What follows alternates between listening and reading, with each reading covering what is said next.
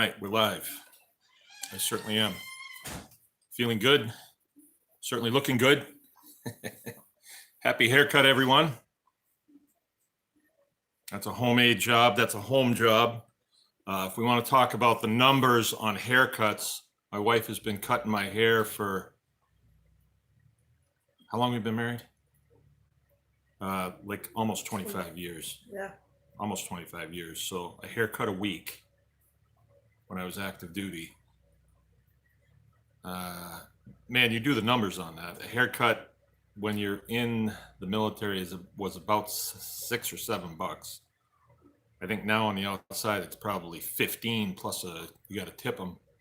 So right there's probably enough money to buy a really nice baler or haybine or probably a Corvette or something. All right, so I'm Mark, and you are tuning in to Baker's Green Acres, and this is the Anyone Can Farm question and answer live chat. And I'm glad to do this. This is really a high point in my week. And it's kind of exciting when you think about it. Right now, there's a group of people that were waiting to do this, and you're all kind of sitting around our table. Something just fell in the other room. The only downside of this is I can't really see you. And I would ask if somebody out there in tribe world could, if you know how we could do this to where people could just, want to pop in, ask a question, and then pop back out, almost as if you're just calling into a radio show. That's what it kind of makes sense to me like that. Because the whole typing thing is kind of hard, and it's nice when you have an exchange. If you say, well, I'd like to, raise rainbow ponies, and I could say, well, how, miniature rainbow ponies or, full-size draft miniature rainbow ponies, quick question back, and then it clarifies things. Plus, we get to see you, which it'd be nice for me. It'd be really nice if everybody was here and we could have a great conversation about farming stuff.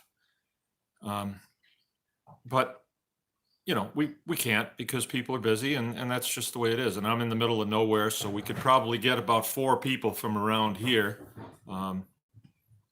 So this is good. This is fine. All right, I've been Bob the Builder this week. I'm working on the next room over. I've been kind of building that out, and that room is going to be part of the farmhouse. Way more useful than it was. The roof was coming in. It was in really bad shape, had no insulation. It really needed to be reworked over completely. And I'm just putting the lights in today. I finished with the drywall and all that stuff. And so that will be our storage. We'll have a freezer out there and a spare refrigerator and an upright freezer. So a lot of the vegetables and meats and stuff for the house goes in there, and it's very convenient because it's close to the house. It's part of the house. And it's also the walk-through to the back porch where we spend a lot of time in the summertime. Matter of fact, we eat out there. We eat breakfast out there every morning. So that's what I've been doing this winter. I've been meaning to get it done for a while now, and it's finally getting done, and I feel pretty good about that because every time I'd walk through there, I'd see stuff not complete, and I really want to have it complete. And as soon as I get that done, then I feel like I can move out to the front porch. I got some wiring to do out there and stuff like that. So I'm feeling pretty good about the week. Although it's going to be pretty cold tonight and tomorrow, we see that spring is on the horizon, and I'm starting to get that feeling, that, I don't know, every year it's just this feeling like it's coming. And the other night, when we went to bed, I left the window open about like this, and the smell from the bacteria that's in the snow, at a certain time when spring is coming, it starts to rot the snow and you can smell it.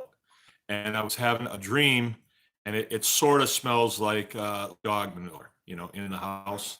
And Yeah, that tells me that spring is coming. I'm having this dream that my neighbor's dog got into the house, but it wasn't my house, it was my parents' house.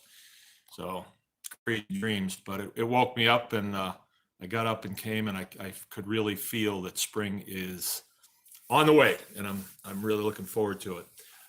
We had a new guy join the tribe this week. Let's see. I don't want to get his first name. His last name is Cross, but I think he is a vet, a veteran.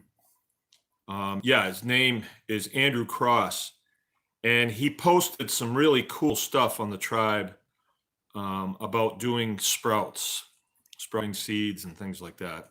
Really cool stuff.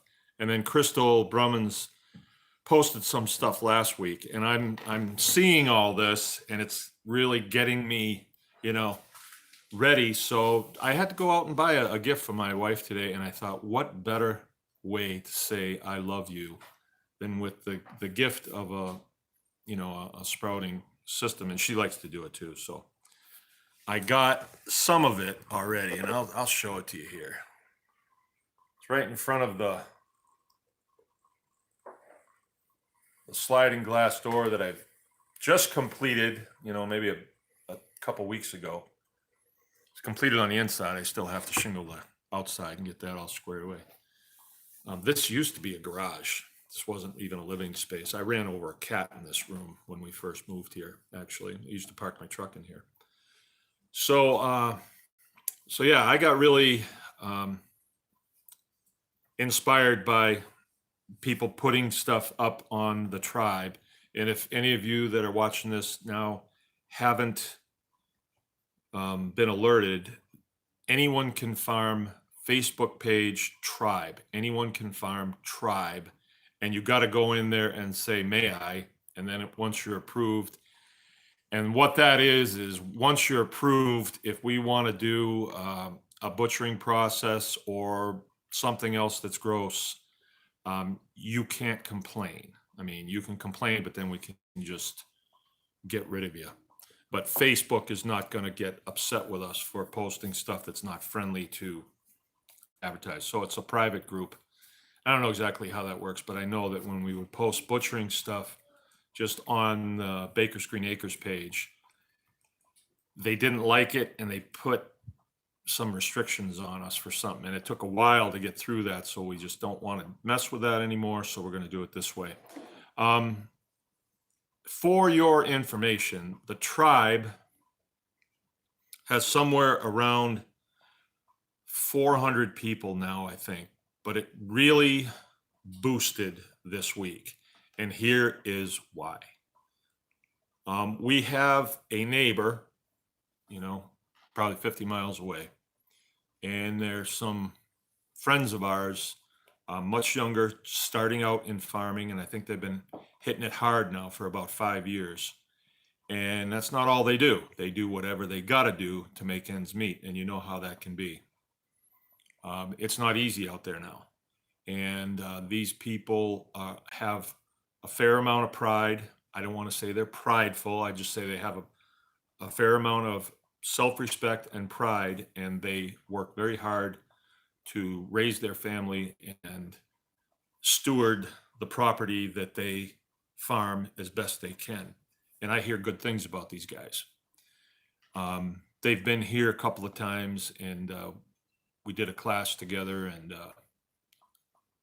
good people.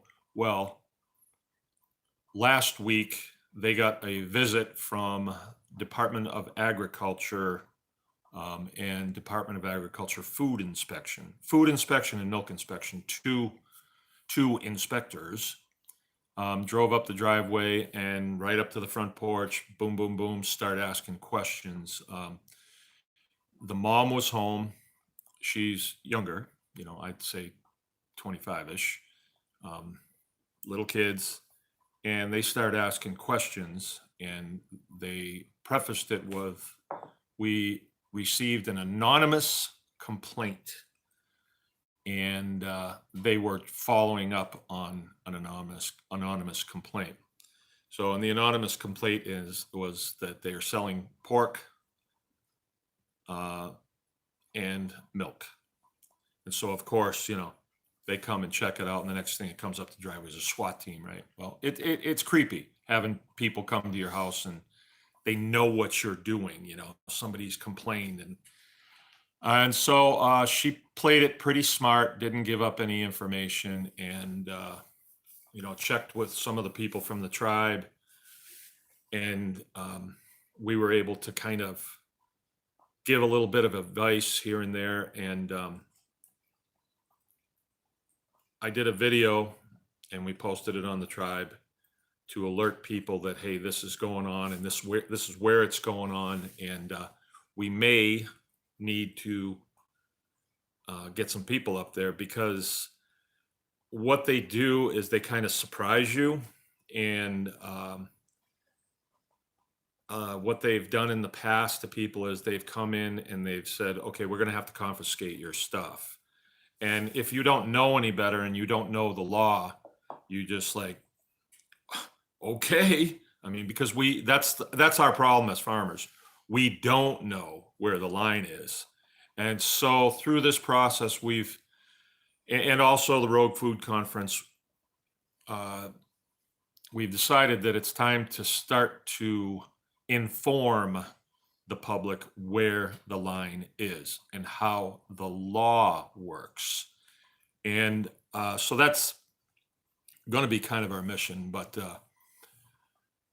a lot of people on the tribe did chime in and offer to help. And I don't know for sure, but I'm pretty sure that the Department of Ag decided that they don't want to fool with this group of people that is not happy with them stalking people and intervening in a private process. Like, these people grow some pigs, they take them to a local butcher shop, who's also my butcher, get them butchered, and then people come and they buy some of the pork from them. Imagine that. I mean, what a crime! What a crime! They're trying to feed their family.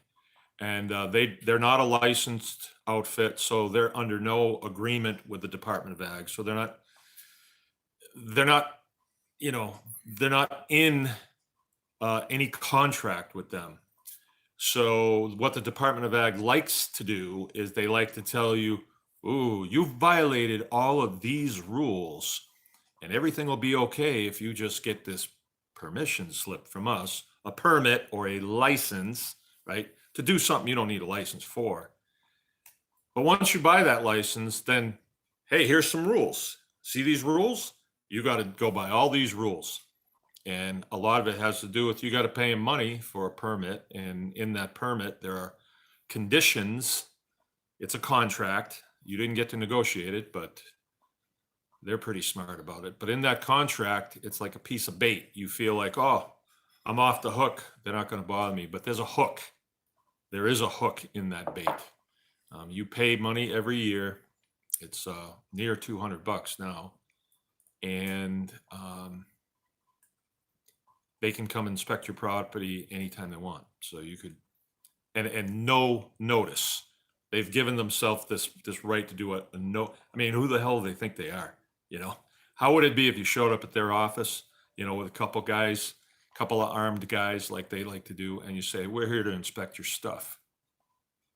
They wouldn't like that too much. Well, I don't like it either, So my recommendation is, do not get in any kind of contract with the Department of Ag, or any of the other departments for that matter, if you can help it. But especially small farms and homesteads, don't do it. You don't need to anyway. You can sell to your friends and neighbors, and that is a private sale, and that is protected by the Constitution. They do not have the authority to jump in between you and your customer. Now, if you enter into a contract with them, they do. So don't do that, is what I'm recommending.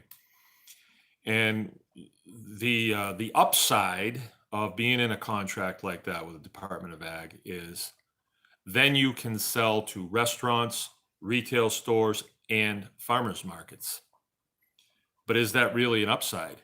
If you sell to a restaurant, you have to sell at wholesale, which means about 30% cheaper than you would have to sell to just a family that comes up the driveway, or a personal customer of yours, a neighbor. Um, and people want good, clean, nutrient dense food these days. So when you sell to one person, usually they have friends that are kind of foodie-ish too. A lot of people are procuring food these days because they're sick, and they're sick because of the food that USDA and Department of Ag blesses. So it's kind of funny, really ironic in a way. They condemn farms like mine, but then they bless farms that are putting out nutrient deficient, um, and a lot of times hazardous food, because when there is some sort of outbreak, it's off of the massive agribusiness type farms, and it's overseen by the Department of Ag, whether it's U.S. or Michigan or whatever state it is. So it's ironic in a way that they will mobilize and, you know, jump down the throat of a guy and his wife that are just trying to make ends meet, small time farm operation, homestead really, but the big ones, they really don't bother them. Um, so anyway, the good news is come Monday, with all the chatter on the tribe, um, they decided that they were not going to move against these people. And they got an email saying that the case has been dropped. But that wasn't good enough for the farm, because per the Sixth Amendment to the US Constitution, you as a citizen have a right. It's not a privilege, it's a right to face your accuser, right? You can't have an anonymous person make a complaint, and they send people from the state out. That's totally incorrect. You could have some crazy person calling from the loony bin and saying that, these guys are doing human sacrifice. These entities like Department of Agriculture and even health departments, they are not authorized to take an anonymous call. They can't.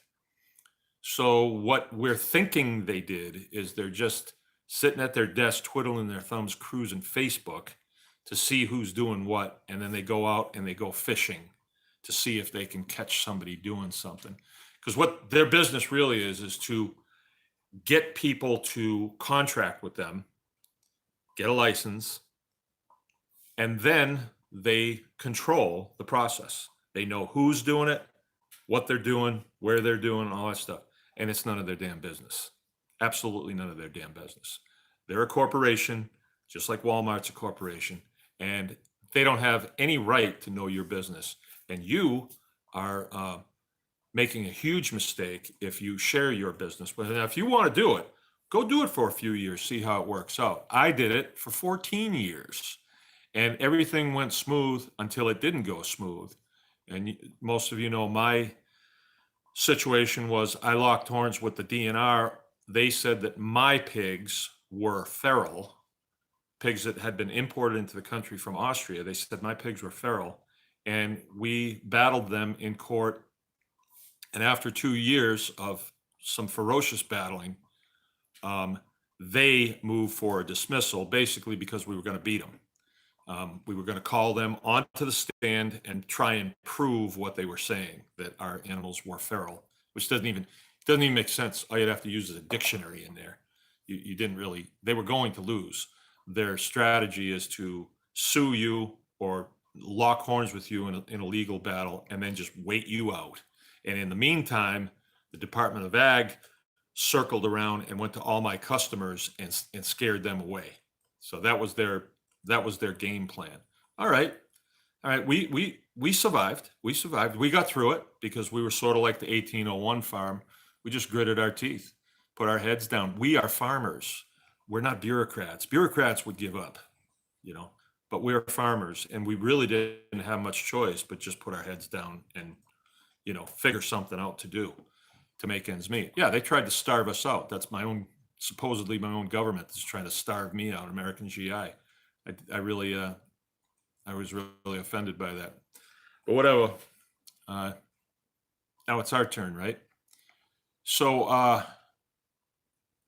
when we prevailed against the DNR, the case was dropped. So basically, we prevailed. We got to keep our property. They tried to make us give up our property. Then the Department of Ag says, oh, well, he's licensed through us. We can make his life miserable. So then they want to come up the driveway and do inspections. And we're right in the middle of something. And, you know, if I want to do an inspection and ruin your day, it's not hard to do. You can find stuff. And their rules are so nebulous that, I mean, it's crazy. It's just crazy. But anyway, we figured out after a couple of years of fighting with them that if we let the license go, that lets go the agreement that we've made with them, the contract, and then they really have no authority in our lives for anything. So it's been 2 years now since I have had any contact with them, and I kind of miss them in a way. But no, I don't have a lot of love in my heart for that organization. First of all, the human damage that they've allowed to happen, the damage to the environment that they've allowed to happen. And they're probably saying, oh, you're going to hang everything on us. You're damn right.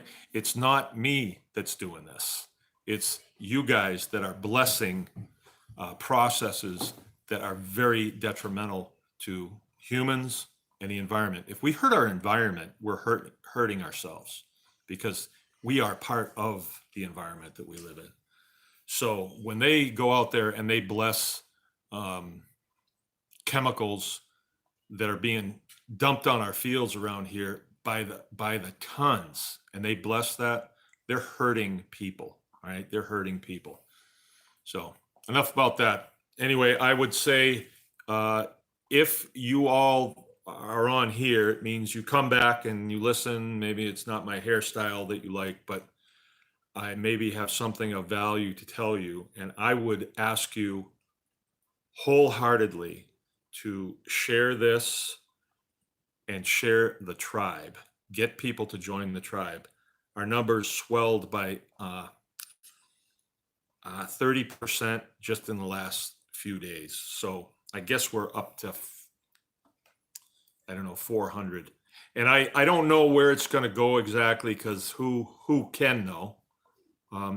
It's out of my hands exactly. Total members 363. But when I was at the conference here a couple of weeks ago, I had a conversation, or I was part of a conversation with Joel Salatin. I think a lot of you guys know him. I've learned to look to him to see which way he is going. And if he's going that way, I'm going that way. And that's part of my upbringing in the military. You will listen to those who know. And so you're always seeking somebody who knows, not people who just run their mouth and want to be the smartest person in the room, but people who know. I've been to his farm several times, and he knows. He definitely knows. So they've picked this time to go on the offensive against these two-bit organizations. And so now is the time. Now is the time. And in this conversation, he said, wouldn't it be nice if we had an organization the size or the scope, I'm paraphrasing, the scope of the NRA? And I say we could do better than that. We could do 50% better than that. Why do I say that? And I'm confident in this. About 50, well, let's say 40, 35 to 40% of my associates are not of the same political strata as me. But we don't come here and talk about that, right? We come here and talk about farm stuff, growing stuff, animals, processes that we used to feed our family in Homestead. We get geeked about that. I don't watch the news. I could care less about the news, you know. I probably have a persuasion, a bent, but that's my business, you know. Now, with the NRA, if you say that in the company of about 35% of my friends, they will get a funny look on their face, and they will feel as though I don't want to listen to that because that's just not the direction that me and my friends go.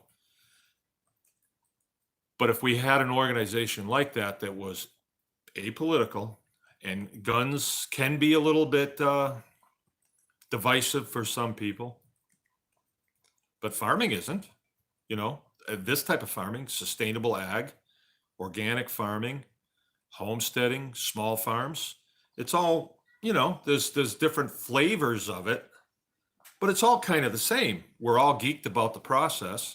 We all get into it. We like to hang around with each other. And there's no place for our enemies to divide us like they do on, say, guns. Our enemies can't divide us on this. They can't. They can't say, oh, them guys are, them guys, all them farmers there, they're all CNN listeners. You can't do that. It's irrelevant. It's irrelevant, right? But there's always a but on things. We have to keep it that way. Now, a lot of you listening to me think, well, maybe I do, try to politicize things, or don't do that. You're only cutting your own throat. There's no reason to do that in this. One of my very best friends is probably diametrically opposed from me. And he's got friends that are diametrically opposed from him. But you know who I'd rather have at my table right now? I don't care I don't care about that. I mean, I kind of care, but it's not relevant to this conversation. So anyway, could the Anyone Can Farm organization be that organization? Could. I mean, that'd be great. I mean, if we had an organization that was, 1 million strong, and we were able to put our influence of just people, interject that into a situation that was very scary for this young family, I could see, you think I might be overstating this. These are people that don't interact with these agencies. And all they know, they see a black car coming up the driveway and aggressive people coming towards them. They're not used to that. And that, I almost quit. I had times where I said, that's it. I'm not going to do this anymore. Somebody's going to get hurt here. Because it was always, after a while, it was always armed people coming up my driveway. They always had to have the guns, right? And we're farmers, for goodness sake. We're growing food. I thought it was ridiculous. But okay, if that's the game, I guess that's why, our founding fathers were gracious enough to give us the Bill of Rights to the Constitution that actually enumerates our rights that come from our Creator, right? I have the right to free speech. That's the First Amendment. I have the right to own and bear arms. And it's not these arms. It's like that musket up there. It's very symbolic right there, that musket. I have the right to own and bear arms, and it's protected by the Second Amendment. You don't think they would have taken that away from me if they could have? Of course they would have. But what does that do when I'm armed and they're armed? It balances things out a little bit. If I'm unarmed, it's very easy to load me into a cattle car and take me away. But if I'm armed, as well as my adversaries are armed, it's we better think about this a little bit, And when you really think about this, those all the people in that tribe right there, right now there's 363 people in there. We've got more members in there in a couple of weeks than the Department of Agriculture has total. Their total is about 500. So we're gaining on them real quick. And we're all farmers, not bureaucrats, right? So Is there a big difference between farmers and bureaucrats? You think. So if the number swells to 1 million, actually the number at 300 and whatever it is right now, 50, I believe was enough to sway the decision out of the Capitol here to tell those two inspectors, forget it. Just forget it. Because they don't want the bad PR. Who does? I don't want bad PR. But my operation is different than theirs. If I go down there to Lansing and I do a bunch of FOIA requests and I find out what the hell's going on down there, where is that $110 million out of their budget going? Plus all the fees for all the licenses and everything else that they collect, where does that go? I'm sure you would find that it's not going in a place that benefits me, the public, where that's what they're supposed to be. That's their mission statement. I'm sure we would find that that's probably not the case. But would we be, welcome to come down and paw through their files? I don't think so. But maybe a day is coming when we will. Maybe that day is coming. Things change. Just because it's this way, 5 years ago, doesn't mean it's going to be this way 5 years from now. Especially with a swell of people that are saying, no way, no way, right? There's been a shift. If you haven't felt that, there's been a shift. All right, so this farm, the 1801 farm, had this been 5 years ago, had this been 3 years ago, it might have scared them to the point where they just said, okay, come, you can look at anything, and they'll walk through with their clipboards and they will rip you a new one, and you will have violated so much stuff that they'll convince you that they're going to take your firstborn from you. That's how they operate. They're not playing fair. So, if the public can be informed and the public can run some drills, some fire drills, all right? You don't wait till you have a fire in your house to figure out where everybody's going to meet. You do that ahead of time, You run some fire drills now, so you have in your mind a plan that if that black sedan comes up the driveway, or if you get a phone call, you know what to do, all right? And you know you're going to be okay. I heard a guy I was counseling with the other day, and he says to me, well, I know what you're saying, but I asked them, and they said, what do you think they're going to say? They're trying to protect their turf. They're trying to protect their job security, I'm saying play on a different field. Don't play on the same field as them. Okay, well, I've gone on kind of a long time. 30 minutes. So why don't we have our question and answer time? And I'm ready to go, but Jill said she didn't have a whole lot of questions from the week, but she might have some now. Would I be correct in that, or have I just been? Okay, so I'm ready. I'm ready to take some questions. All right. I wonder if Lone Star is here today. Haven't seen him yet. Mike Feeney was wondering how he can source healthy feeder pigs in his area. He's in North Carolina. Is Craigslist safe? Well, you could have a good farm and you can have a bad farm, and they can advertise any place they want.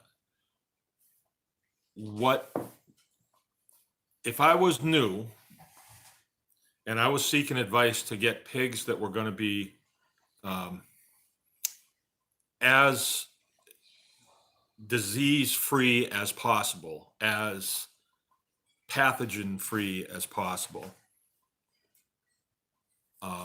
I would go to a farm, and the first thing I would do is I would smell. And if you smell that acrid, gross smell that you smell when you go near a commercial pig farm, it smells like, the best way I can explain it is if you step in a dog turd and then get in a hot car, and your feet is up there by the heater blowing out, and the whole car smells with that gross smell. That smell?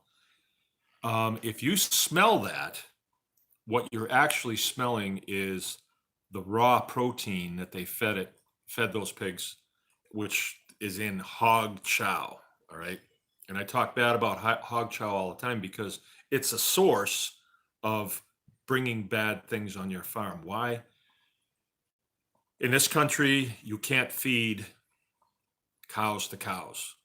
You used to be able to. They used to do it all the time. They did it for years and years and years. All the stuff that they don't put in a can of Spam, they would grind it up and make protein out of it, hair, hide, everything. And, make a protein powder out of it. And that was going right back to the cows. But they had to quit doing that because of mad cow disease. So you can't do it with cows anymore, but you can still do it with pigs, and they do. So the hog houses, the massive hog houses, the way it works is you put hogs in the hog house and you're putting in 20,000 of them, depending on the size of the hog house, let's say, just as an example. You have to have insurance on them. The farmers that own the hog houses own the hog houses, but they don't own the contract for the pigs. That's somebody else typically. And the owners of the pigs require the farmer to carry an insurance policy on those pigs that he's going to be raising for the next, 6.5 months. The farmer basically just empties the manure pit and makes sure that the climate in there stays within range and that the feeders feed and the water stays on. So he's just sort of like a facility manager, not really a animal husbandry guy. So the insurance company mandates that those pigs get a feed that has a subtherapeutic dose of antibiotics in it. And what that does is it puts the immune system on hold, the pig's immune system on hold, and then it knocks out anything that would make the pig sick. But the pigs only get to be about 6.5 months old anyway, and then they're off to slaughter. So they never really even mature. And they don't get a chance to get sick. If they do get sick, the symptoms are masked by what they put in the feed. They go to slaughter. Everything that doesn't go in a can of Spam is made into raw protein, and it goes right back into hog chow. So there's years and years and years of this stuff. That's why that smell is so bad, right? If you were to come to my place when I have a lot of pigs on, I don't have a bunch of them on now, but in the past I've had, several hundred of them.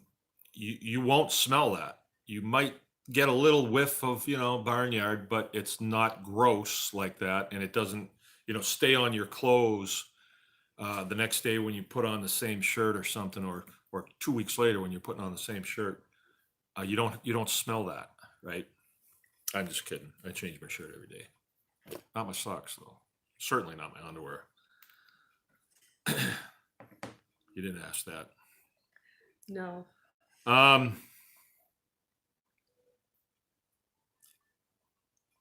So yeah, you go to the farm and you look at his pigs, you look at him, you look at his fences going up the driveway, you look at the facility. Is this place being taken care of? Because if you buy pigs that aren't being taken care of, they could be substandard. And if people know what they're doing, I mean, if you talk to them a little bit and you find out what they're doing, and especially if they say, hey, if you got any problems, let me know. Then somebody's going to stand behind their pigs. When my pigs leave here, they're bulletproof. I mean, you can't beat them with a stick. They're so healthy. I don't feed any hog chow. It has come into my herd before, believe me, and we've had big problems with. That's why I'm so adamant about it.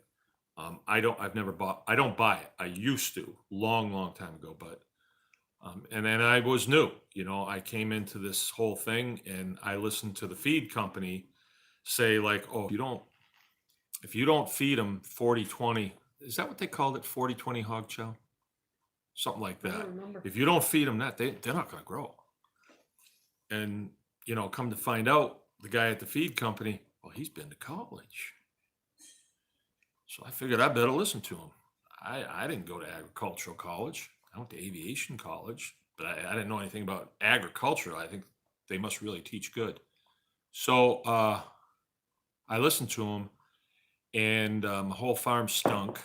You know, it was terrible, and we had a lot of losses with it. And the next step then is you got to bring the vet in. You got to figure out what's wrong with your animals, and they're not wizards either. So they just say, well, hit them with antibiotics. So it's just a cycle of sickness. So get the best pigs you can, and then try to not give them anything. If they get sick, allow them to get through it. Give them the best feed that you can, the most diverse feed. You want to give them, everything that you think you should be eating. They're meat eaters, so you want to give them, protein. You want to give them good hay. You want to give them some produce if you can get it, if you can scrounge it. Just no hog chow. And if they get sick and they die, bury the carcass as far away as you can. And then you want animals that get through it. And then the best way really is to have a closed herd. So you're not bringing animals on, you're just flowing animals off. And that's what I do. I don't bring any animals on unless it's a breeding animal and I really want it. But at this point, I don't really need to because I got my own breeding stock. All right, I hope that helps. I better get moving because I'm blabby. Yeah, okay. I'm going to give you Paul's question a minute because I don't have time to write it down. Can I feed my mama sows ashes from the fireplace, like biochar? I'll say yeah. Yeah, you can. Just put it out for them. If they eat it, they eat it. If they don't, they don't. It's not going to hurt them unless they're you're burning pallets or something and you got nails or staples in there. I really would be concerned about that. But if it's just wood ashes, sure, go ahead. Paul's asking about biochar. We talk a lot about biochar on here because I use a lot of it, and that's probably one of the reasons why we have such a healthy crop of beings that are here. Did I tell you my wife has 8 children? Yep, biochar.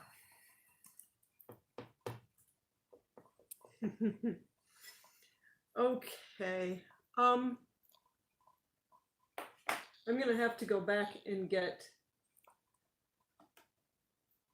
a couple of these questions. So I see a couple. So, but this one, Mike Finn, I have a goat with one Meister. oversized teat. Is that normal? Do you want me to answer that one, or do you want to? You're the teat expert, I guess. You have more experience with goats than I do. Yeah, so like in the chat, it could be some mastitis in there, or it could just be the tendons and structure has let loose. And I had goats that were uneven and unequal, and sometimes they would get real big like that, and it was just because they were older or they'd ballooned out. And so either way is fine. A really easy way to test to see if there's excess bacteria, too much going on in your milk, and that'll tell you if there's a touch of mastitis or something infection wise in there versus the structure letting loose, is to put some of the milk from that teat, you can even just put it right in there, into a glass of water with a little soap in it, dish soap. If you do it off both sides, good milk will just sort of disperse and become milky in the glass of soap.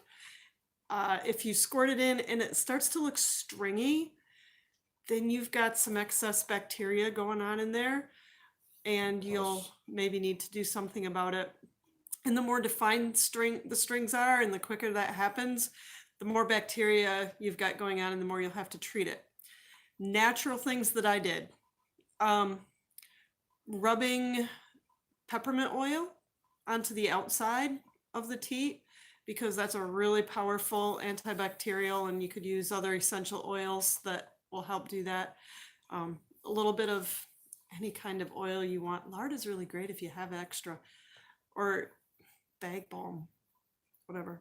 A couple drops of peppermint oil, rub it in real good. We have used, you can get them at your feed store if they've got dairy stuff. It's a end that goes onto a syringe, and it's designed for putting stuff up into teats for the dairy farmers to treat for mastitis. And you can put a couple drops of peppermint oil up in there after you've stripped her out, and it'll help fight that way. Apple cider vinegar in her water will help balance her rumen and fight anything going on from the inside that way. Definitely keeping her stripped out so that you're cleaning that bacteria out every time is really important. And as long as it has mastitis in it, you probably don't want to drink it. So that's how I've handled that before. And we've fixed cows that had mastitis. I fixed my goats with mastitis doing that. It works pretty good. This is a great book, and I'll put a link in the chat, and I'll put a link in the show notes too later, by Pat Colby.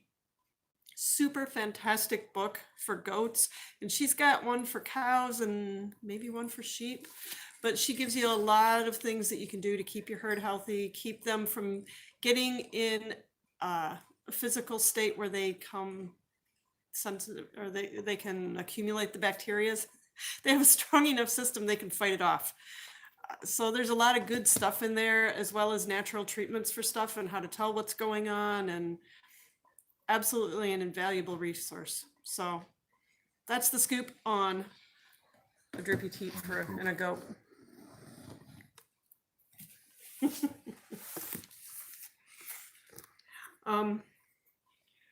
Okay, this question was from Corey. What do you mean by organic farming? And maybe you could speak to the difference between GMO, non-GMO, and organic. Yeah. What's involved with all of those? Good question, because a lot of this is, I guess, what they would call, or what, when you are learning something, is nomenclature. So people throw around words and you're like, oh, organic farming. I kid around sometimes. You'll hear me kid around. You want to be an organic farmer, grow you a ponytail and get some Birkenstocks, and you're an organic.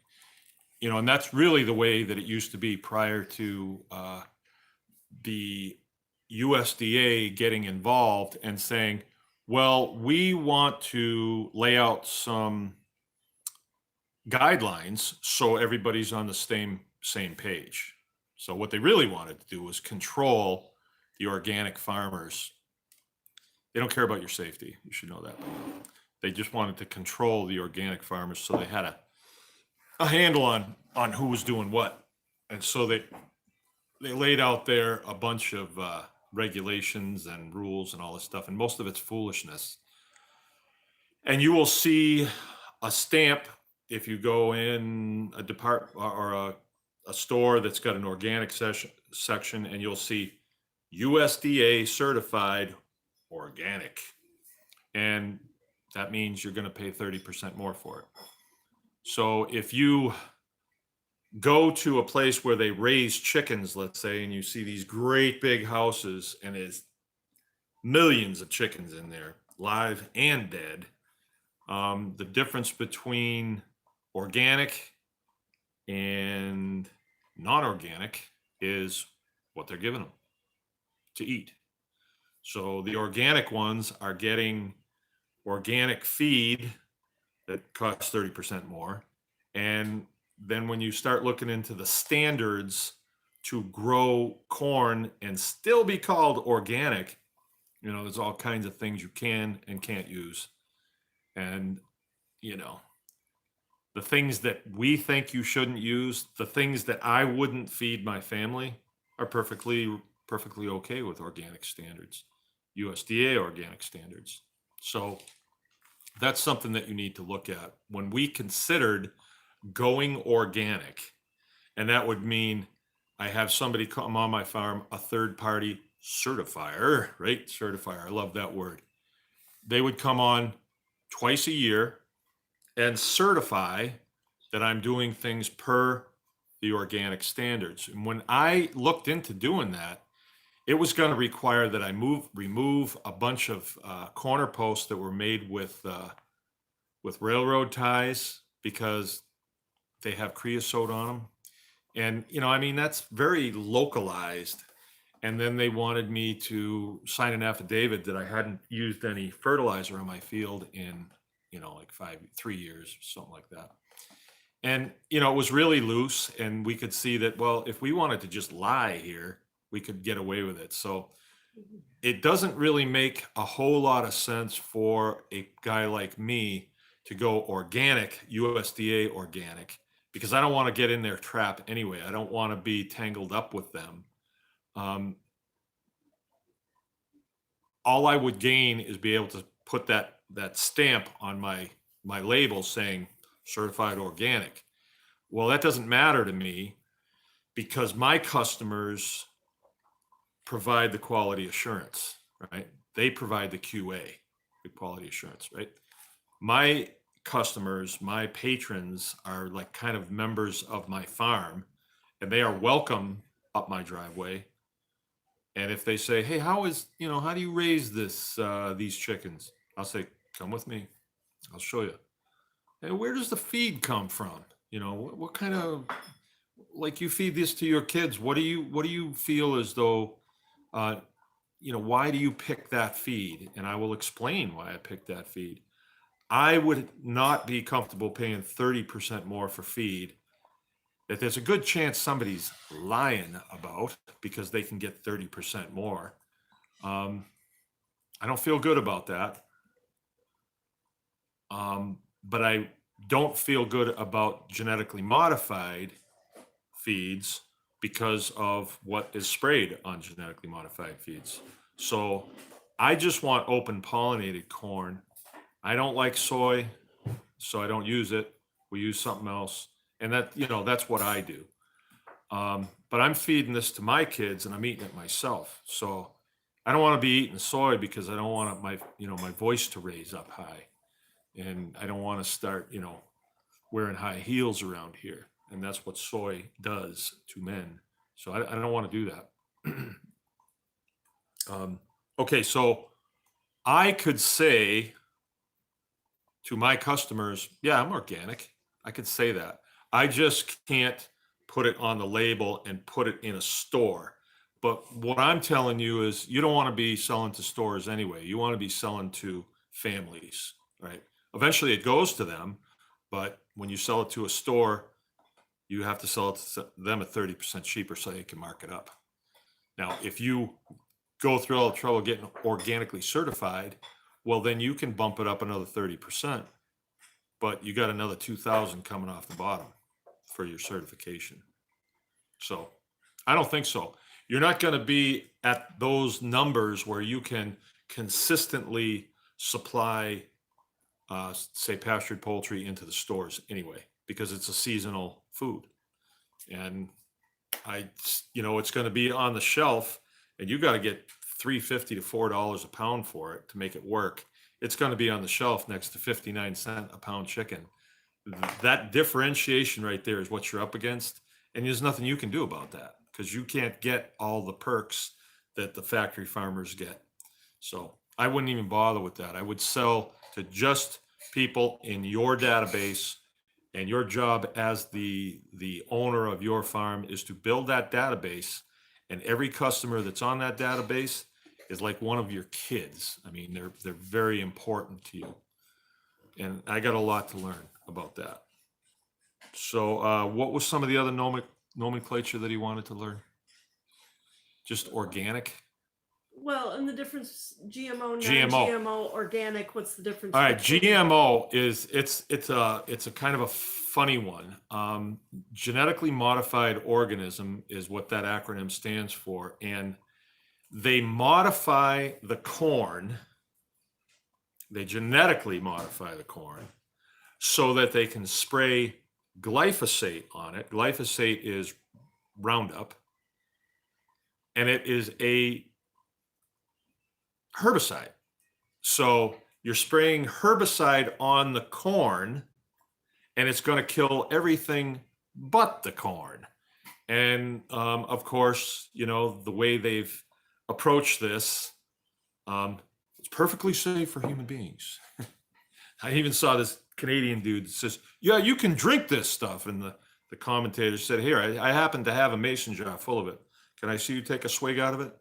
And he freaked out because you can't drink it. Glyphosate is a herbicide, but what you need to understand about your body is you may think that you're like a meat eater, and so you're a protein-based dude, and there's no plant life in you at all. Well, you would be wrong, because from here to the other end, there is a lot of plant life. That is your compost pile that is digesting your food.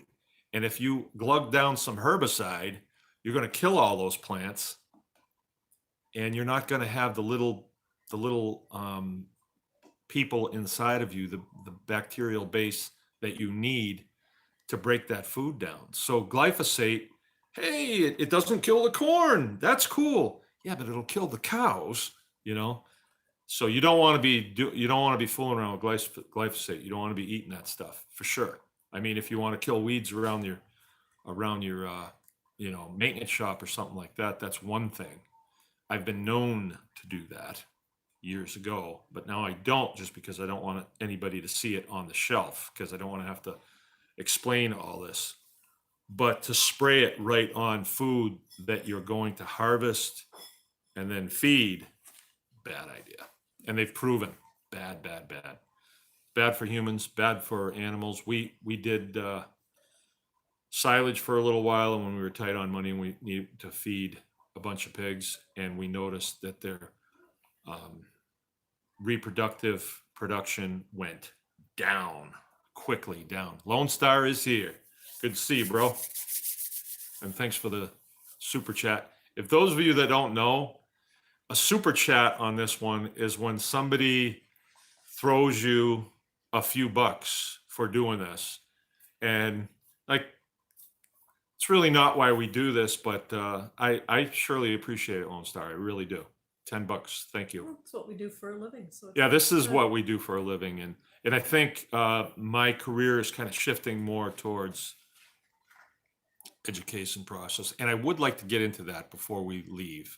I'd like to expound on that a little bit and see what people think. Well, if you guys were here, we'd be here till midnight, because, we're geeked about this. So, okay, I'm ready for another question. Okay. Joe Brown, his question from the tribe, kind of coming back to that again. Okay. Cost aside, would you rather use junk bread and grain or hay and the grain that he gets now? Hay would be more convenient. And I'm recalling from the tribe discussion, it's not super organic bread. It's just... No, it's like Wonder Bread. Yeah. Yeah, so Joe's trying to figure out, I'm a big advocate of use a breed of pig that you can feed anything, and they'll produce you a good quality product. And there's definitely some pigs are definitely better than others. We feed out Mangalitsa pigs, and we breed them, and it started out like they were a real posh, cool pig. We were the first ones to get them in the state, and all the chefs wanted to be friends with us and stuff. But it turns out that I think that they're a better homestead pig because they can eat almost anything and turn it into good quality pork and fat, lean and fat. We haven't had any occasion at this point, I don't think, where we've gotten into a pig and said, ooh, we're not going to feed that anymore. Have we? She's not saying no, so I'm going to take that as a no. She supports what I'm saying, agrees with what I'm saying. where some pigs, if you feed them like way too much flax, they'll taste like fish. I knew a guy that did that one time. Got a good deal on some crushed flax seed, fed a bunch of it, and the pigs wound up tasting like fish. And so, the Mangalitsa, we've fed tree branches, we've fed wood chips, we've hay all the time now. I do it all the time. Straw, they'll actually eat it. I don't know why not, if they kind of like it. I feed a lot of bread.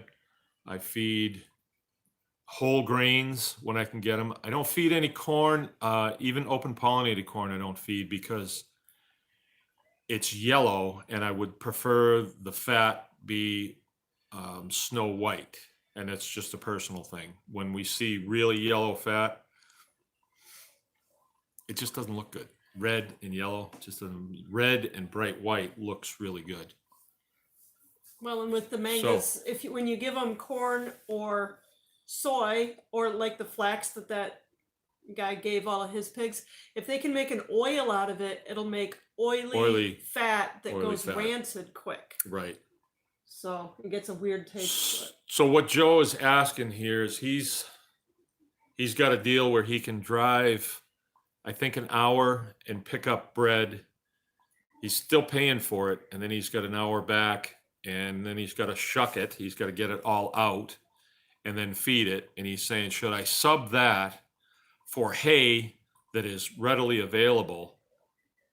And then there's no driving and there's no extra work. And so what I told him, and maybe he didn't fully understand this, but as a farmer, when you go out in the morning to do your thing, you are on the clock. So you have to decide what you're going to pay yourself. And that might sound a little weird at first. And you'll say, well, I'll pay myself minimum wage. Well, if you think you're worth minimum wage, then maybe you should. But I prefer to pay myself $25 an hour. And that way,